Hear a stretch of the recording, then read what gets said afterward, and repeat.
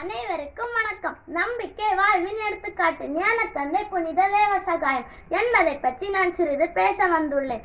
இந்தியாவில் தமிழகத்தில் கன்னியாகுமரி மாவட்டத்தில் பிறந்த நீலகண்ட பிள்ளை பல கலைகளை கற்று மார்த்தாண்டவர்ம அரசவையில் உயர் பதவியில் இருந்தபோது குளச்சல் துறைமுகத்தை கைப்பற்ற வந்த டச்சு படையை தோற்கடித்து அப்படையின் தலைவரான பெனடிட்டஸ் டினலாய் படைகளுடன் சிறைப்பிடிக்கப்பட்டார்.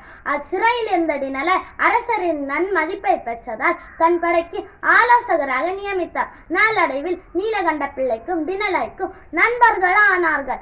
ஒரு நாள் நீலகண்ட பிள்ளை சோகமாக இருந்ததை பார்த்து டினலாய் கேட்க அவர் தன் குடும்பத்தில் நடந்த பெரும் இழப்பை பற்றி கூறினார். உடனே டினலாய் திருவிவிலியத்தில் உள்ள யோபு கதையை பற்றி சொல்லி கிறிஸ்துவத்தை பற்றி எடுத்துரைத்தார். இதனால் மனம் மாறிய அவர் நம்பிக்கையை வாழ்வின் எடுத்துக்காட்டாக வாழனானார். கிறிஸ்துவில் நம்பிக்கை கொண்டு வடக்கன்குளம் கத்தோலிக்க தேவாலயத்தில் குருவானவரால் திருமுழுக்கு பெற்று தேவசகாயமாய் மாறினார். பல துன்பங்களுக்கு ஆளான அவர் காவலாளியிடம் தண்ணீர் கேட்டு தர மறுத்ததால் தன் கை முட்டியால் பாறையில் இடித்து தண்ணீர் வரச் செய்து தாகம் தீர்த்தார்.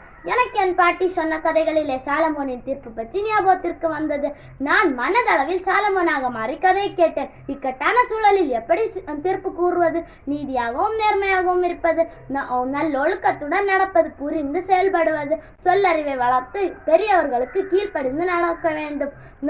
உறவுகளோடு கலாச்சாரத்தின் பன்முகத்தன்மை கொண்டவர்களாய் வாழ, கிறிஸ்துவில் வாழ திருவிவிலிய கதைகளை கேட்டு நாமும் ஞானத்தந்தை தேவசகாயம் வழியில் நடப்போம். வையத்துள் வாழ்வாங்கு வாழ்பவன் வானுரையும் தெய்வத்துள் வைக்கப்படும் என்று கூறி முடிக்கிறேன். நன்றி, வணக்கம்.